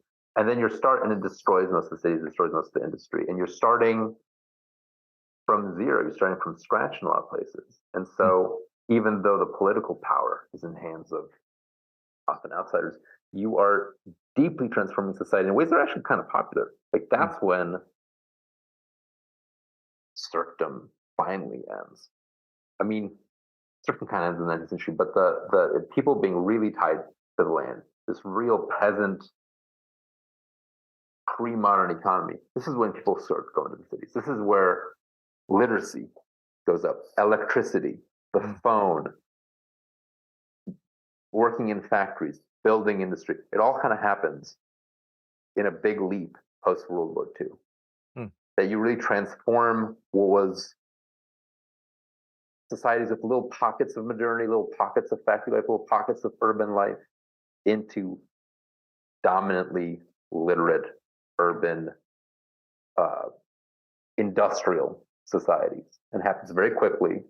And then that industry then is all kind of, circa dated early 50s. It doesn't last forever and then it doesn't get updated. So in the 80s, it all looks like shit, honestly. It looks terrible. But you do have a deep transformation of society. You have lots of people going from peasant work to factory work. You have people going from factory work into white collar work very quickly in one generation. There's a whole kind of transformation and going from the world of, never leaving your village, never reading or writing to urban city life. Across the region, huge transformation, huge social transformation that while things at the top are kind of static, it's all communist rule, communist rule, communist rule, communist party. You've seen this in our lifetime in China in a big way of a rural, I don't say backwards, but traditional agricultural, very impoverished world transforming into an urban, literate, industrial world. And that happens after World War II. Oh, real quick, before we kind of get to more modern stuff of communism, which you've already been mentioning, is just this kind of question I want to just make sure I get, which is, I think when people think of the Holocaust, they only think of Auschwitz, right? As if that was the only place. And people know there's other places, but you talk about in the book that the scale of concentration camps throughout cities and countries and how that was in a lot of Eastern Europe. Could you just give us a kind of a kind of yardstick of sorts of like how widespread this was and how it was in Eastern Europe and how much it really was devastating in many ways? We're used to looking at the Holocaust through essentially Western European eyes, essentially through like the lens of what happened to France or to Germany, for German Jews, and that things are okay for a certain amount of time. There are laws, and then there are mass deportations, and people get killed in Auschwitz. And there are other camps, but Auschwitz becomes the biggest one. Auschwitz gets the most Jews from Western Europe too. So that's when we kind of think about it. That's why we have the books from Primo Levi, because that's where Italian Jews get sent. It becomes is the largest. It's only one of a bunch of camps. But Eastern Europe is where all the Jews are. demographically. It has the largest concentration, the largest absolute numbers, and it's where most of the killing happens. And so we've kind of used Auschwitz as a metonym for like, well, that's where the Holocaust was, that's what it was. And it's a huge, killing ground, but it's about, fifth, a fourth, 20% ish of the killing was done at Auschwitz. A lot of it was done at other camps that mostly executed, like Belzec and Treblinka, that mostly executed Eastern European or Polish Ukrainian, Polish Belarusian Jews. The actual process of the Holocaust was much more spread out across the whole countryside of Eastern Europe. And the process of it has a lot to do with the war much more to do with the war in the East than anything in the West. It has to do with the dynamics of the war between Nazi Germany and the Soviet Union. It really gets kicked into high gear, what we think of as the Holocaust. The actual final solution, the attempt to get rid of every last Jew in Europe.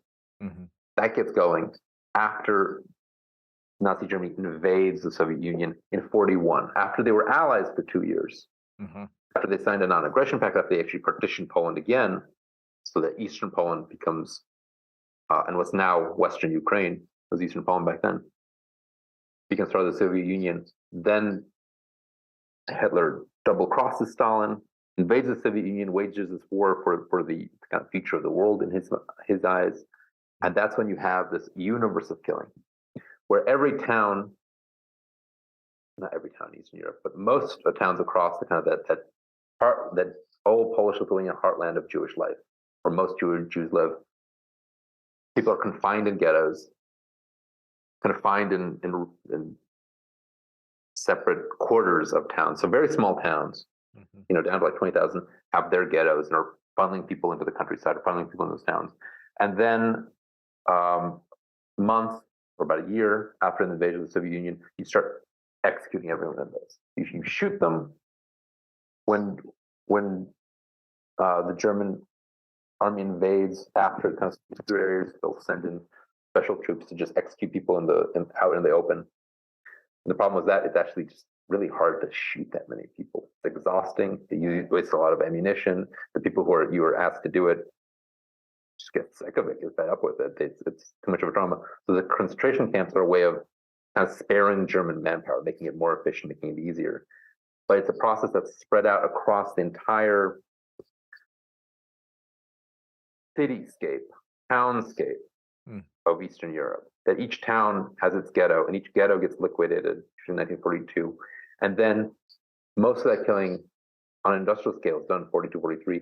And then you have people on the run, hiding for 2, 3, 4 more years. Very difficult circumstances where they have to rely on the kindness of strangers, which they often can find for a limited time, for a year, for a few months. Well, not often, but sometimes can find. And then the longer the war goes, the harder and harder it is. So the survival rates become extremely small. You have this Holocaust that's happening in the forest, in the woods, people looking for people, like hunting the stragglers, the survivors. It's a real landscape of killing that is hard to visualize if you don't, have that picture of a real Jewish life being everywhere. Even in tiny villages, there's usually a Jewish tavern, a Jewish family, but in every town has its like Jewish large section. So every town is a site of killing, and a site of witnesses, and a site of ghettos, and a site of ghetto clearances, which means that you come in with troops and get everyone dig a mass grave and be shot or loaded up on a cattle car. So it's spread out all through the landscape, in every town, essentially, in every village. Yeah, I recently rewatched The Pianist as a Polanski film, which documents it's a film, but it's based on a true story, I believe. That details a lot of this stuff. The hiding, the running, living in the Warsaw Ghetto, getting split, the shootings, the kind of executions, the whole thing, everything you just kind of explained, and it's a powerful film. It's and very close to the real kind of Mm-hmm. But he really went through the war. So he wrote his book. Actually, I have a 1949 Polish copy he wrote right after the war. Mm. I think it was originally called Robinson Crusoe in Warsaw. We're going to make a movie of it because he survives after everyone has been killed, and he's alone in a city of rubble. But there's that whole process that leads up to that, and my family's from Warsaw, so they went through the same essentially phases, except everyone who was in Warsaw, almost everyone who was in Warsaw, didn't survive. The ones who did so somewhere in the Soviet Union, away from the front lines. And I think Polanski himself was he as a kid escaped from being at a camp, or was at a camp or something. I don't remember the story correctly. He was a kid, I think, in Krakow, and he managed to run away and be hidden. Yeah. I mean, of course, he's a complicated person, but his story his origin story is pretty wild to think that I think he's in his 90s now. He's still alive, but it's crazy to think that he's still around, and it's wild. It feels like another time.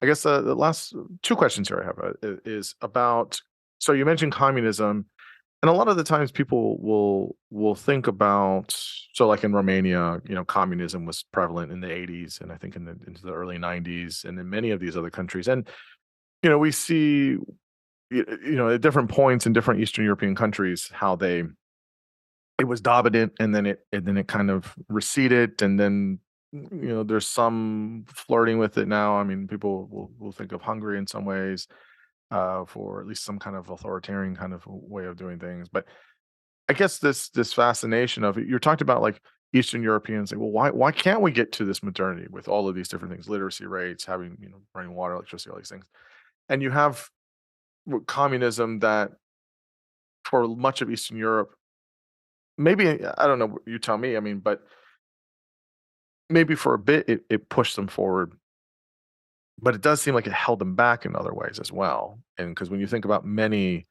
Eastern European nation states now, we mentioned it earlier, I think Moldova is one of the poorest countries in Europe. There's a lot of places in Eastern Europe that have, they're economically not as good.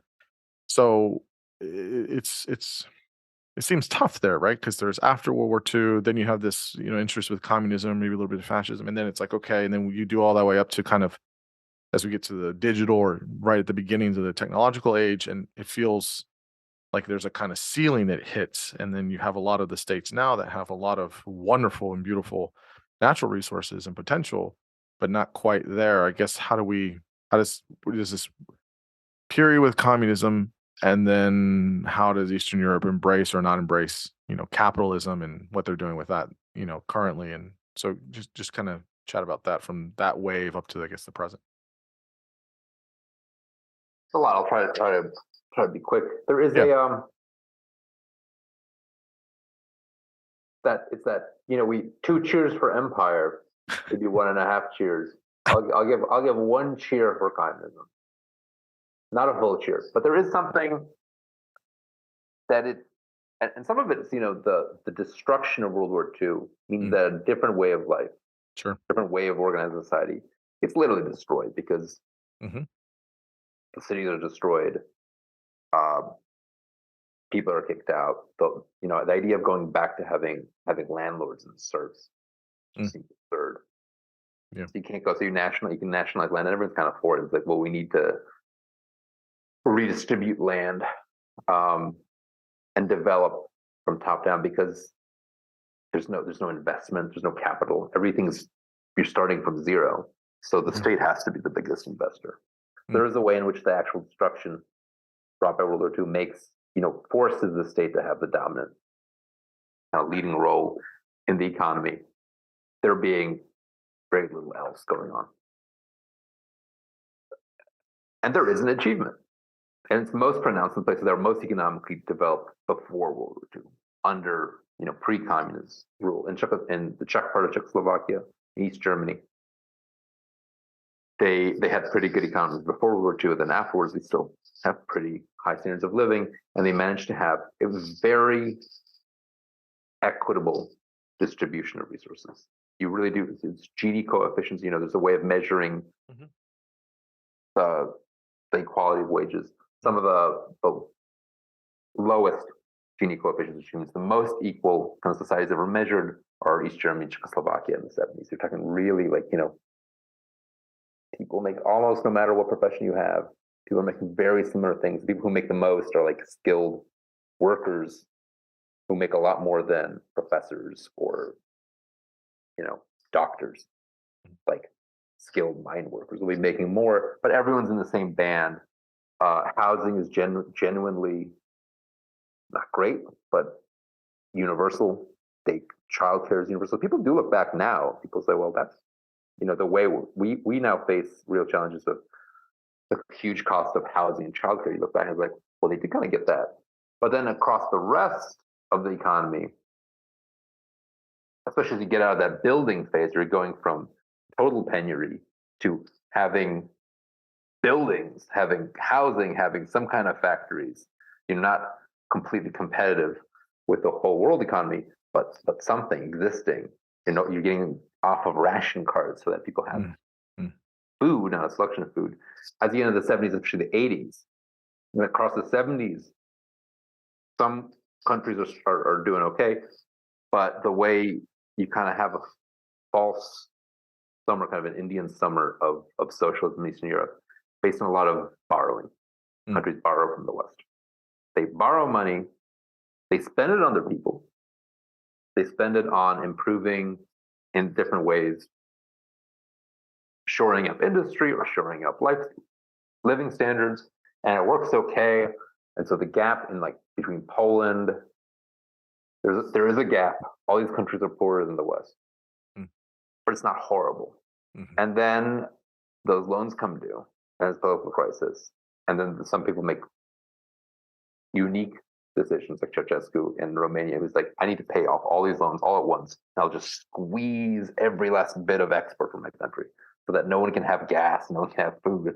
Everything is for export. In Poland, there's a political crisis, and the wheels come off the economy. And in Yugoslavia, there's an inflationary crisis. So the 80s, that bill from the 70s gets due, and the living standard, that gap, which was still always present, gets bigger and bigger and bigger, and the economies really fall apart.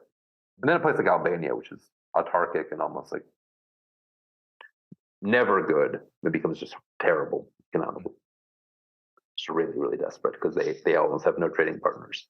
But you have the 80s extremely difficult circumstances with differences across the region. Romania being one of the worst, Poland being really bad. And then with the transition, the transition overall has been pretty good in Eastern Europe. I think I saw something that people are forecasting that Poland might overtake the UK in total in GDP in 2030. I think that's ambitious, but incredible for a big part of Eastern Europe since the transition, since 1990, which is very traumatic and a huge dislocation. People actually shrank after 1990. Kind of thing that happens after world wars, where the whole population, kids are shorter. That happened in Eastern Europe. People are on average, the generation that was an infant around 89 is a centimeter shorter than the one before that and the one after that. That's how big the trauma was. Basically, people had worse nutrition, worse living standards, but it's really rebounded. But it's rebounded. How well it's rebounded, how well the transition to capitalism has gone, has depended hugely, one, on some of the social resources, the kind of human capital resources developed by socialism. That development of education, development of colleges was a real achievement. But the other one really is the relationship to the EU, the relationship to Germany, to the powerhouse of European economy. Poland does really well because it's a great place for German capital to, have cheaper manufacturing. Hungary has the same thing. It's like people just put their warehousing or their factory or their battery production. You can do it within an hour's drive of Germany or Austria, but with much cheaper labor. And that having that almost like kind of maquiladora system for Eastern Europe has been a tremendous boon to the countries that are on the edge of the EU and benefit from having their own currencies that actually makes them more flexible, but have this huge market that they can be a part of. And then the part of the EU the part of the Eastern Europe that's not in that, whose partners are kind of natural partners are Russia, like Moldova, like Belarus, are kind of stuck. It's kind of they've progressed by comparison so little since the 90s, and it's a real question of geography and international governance, where you are and what club you're a part of matters so hugely to how capitalism does or doesn't work. Yeah, so it's interesting. It's interesting when you look at all the history here, and then you get to all of the rapid changes within 100 years, 120 years. It's really. We were talking about the Ottoman Empire. It was 600 years and whatever, and you have all of these different big ways of doing things within 60, 70 years. It's really fascinating, and how quickly the world changes. The last question here is people that read your book, what do you want them to walk away with, where you say, yeah, that's kind of what I was trying to say with the book? You kind of got the one or two big things that I was trying to say with the book. What is the big takeaways that you want people to get from it? Maybe let's go to Transylvania for vacation. But in a way, that's kind of it. Is like, Eastern Europe. It's not default to Western Europe. It's not default to Italy, France, Germany. It's like, actually, Eastern Europe, different trajectory, different historical kind of pattern, different society, and incredibly interesting one. There's almost like too much there's long period of history, there's this incredibly intense experience of the 20th century. Almost too much history happening, too little time, too little space. Extremely brutal, extremely transformative, multiple transformations. If you want to study how extreme changes in society can happen, you go there. But the idea I want people to come away with is like, this is a rich place. This is a fascinating place. This is a place that is interesting to read about, interesting to study, interesting to get into, to visit, because it has this other texture. The stories, it's not always as polished, but it's more interesting. It's more, I try to tell the story through a lot of vignettes, through a lot of anecdotes, through a lot of histories of individual people or individual situations, instead of talking about kind of the big political history, so that you're not overwhelmed with presidents and dates and prime ministers and kings. It's more individual people like having these crazy, absurd, tragic, really funny situations. Yeah. No, and that this is a place that's, I want people to read this book and be like, I want to see Albania. I want to read a Hungarian book. I want to know more about this. And actually, history, when I started the book, there was a real kind of nadir and attention to Eastern Europe. When I started kind of thinking about this in 2013, people were like, who cares? Who's interested? And now it's like, well, actually, maybe the fate of the world depends on these differences between Ukrainian and Russian, between the Moldovan independence, as well as Moldova versus Romania versus Transnistria. These are lynch points of international relations. But I don't want people just to be like, okay, this is a place of conflict. It's also a place of rich coexistence, kind of betrayed, and of just fascinating culture. I do want people to use this as the door and say, this isn't the end. I haven't learned everything I want to know. Let's learn more. Let's experience more. Let's actually travel there. It's great to travel. I went to 17 countries researching this book. I would have gone to 20 if not for the pandemic. I just shortened I kind of lost a year and a half of travel trying to make up for it. And I had a tremendous time. I had a terrific time. I've lived in Poland a lot for a couple of years growing up. I've reported from Hungary. But I really, really hope that people use this book as a stepping stone to deepening their interaction with whatever part of Eastern Europe, whatever part of the Eastern European heritage or history that strikes them as most appealing. That's what they take away from it. Yeah, absolutely. Yeah. Well, the book is called Goodbye, Eastern Europe, An Intimate History of a Divided Land. This is through Pantheon. Where's the best places to find yourself, whether that's through an institution or online or anywhere else? Any good place to find you? I'm on Twitter at Mikanowski. Mhm. I'm the only Mikanowski in America. So usually it's easy to find me. There's some French Mikanowskis, but I'm the American Mikanowski, J Mikanowski. Mhm. On Twitter, I have a website, Jacob Mikanowski, Mhm. that has information about what I'm doing. Mhm. And the book is coming out in July. Actually, date might be changing from July 18th to July 11th. It's going to be in bookstores everywhere. It's already available online through big booksellers, and it's already out in England. It's already out in Europe. Wonderful. So if you are in the UK, if you have any listeners there, get it there. That's great. That's great. Listen, Jacob, this conversation was super awesome. I had an absolute fantastic time talking about all this stuff in such a conversational way, but so informative, and so you're an absolute delight. I really enjoyed this conversation immensely, so I can't say enough thanks for coming on and giving me your time and your energy and all of your wisdom. So big thanks. It's been a total blast. Thank you so much for having me on. Of course. Really